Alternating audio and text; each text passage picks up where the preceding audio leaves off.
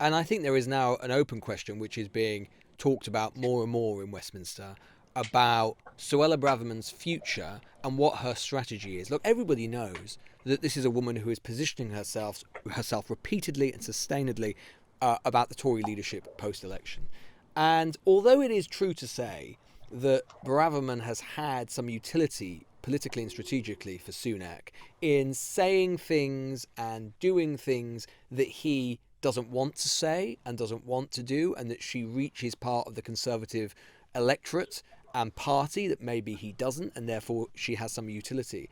I think there's got to be an increasing question about whether or not Braverman is simply trying to get sacked and whether Braverman is trying to get moved, because she pushes the boundaries, and she is pushing the boundaries, and not just on what she said about homelessness, which clearly didn't have Number 10's support, and those proposals clearly didn't have Number 10's authorisation. Otherwise, as you say, Emily, they would have been in this speech.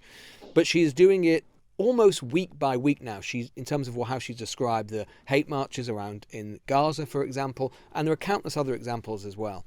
So I think there has to be simply a question as to whether she is trying to push Number 10 to the point where their patience exhausts or is snapped. Because, of course, we know that if she were to be moved, or whether she were to be sacked at some point, she would become a martyr to the Conservative cause. She would become a bigger threat on the backbenches than she is internally, and she would be even better placed than she is right now in an opposition situation post-election.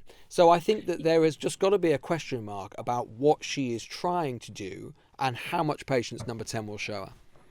Yeah, I mean, she's got form on this in a way. Don't forget that it was her resignation that kind of triggered Liz Truss's resignation when she was Home Secretary, I can't believe I'm going to say this, last time round. And the whole idea that she kind of pulled away, you know, she resigned her job because, I can't remember what it was about, emails?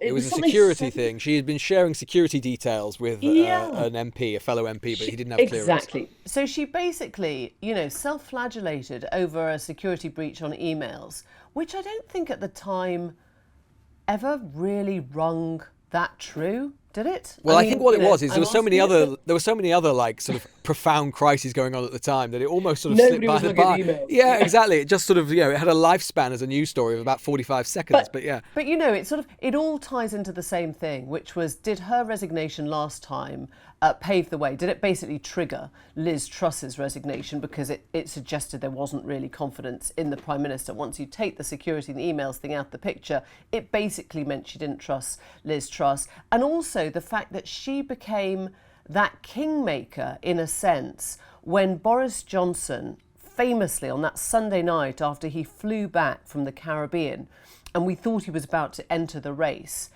it later emerged that Suella Braverman was part of the team that said, right, we will back you, Rishi Sunak, but make sure that I get, you know, a key job in your cabinet. And Rishi Sunak was faced with this slightly horrifying prospect at the time, like, why do I have to have her in my cabinet, was the story I heard, because she's the one that's going to land you the premiership. The Newsagents.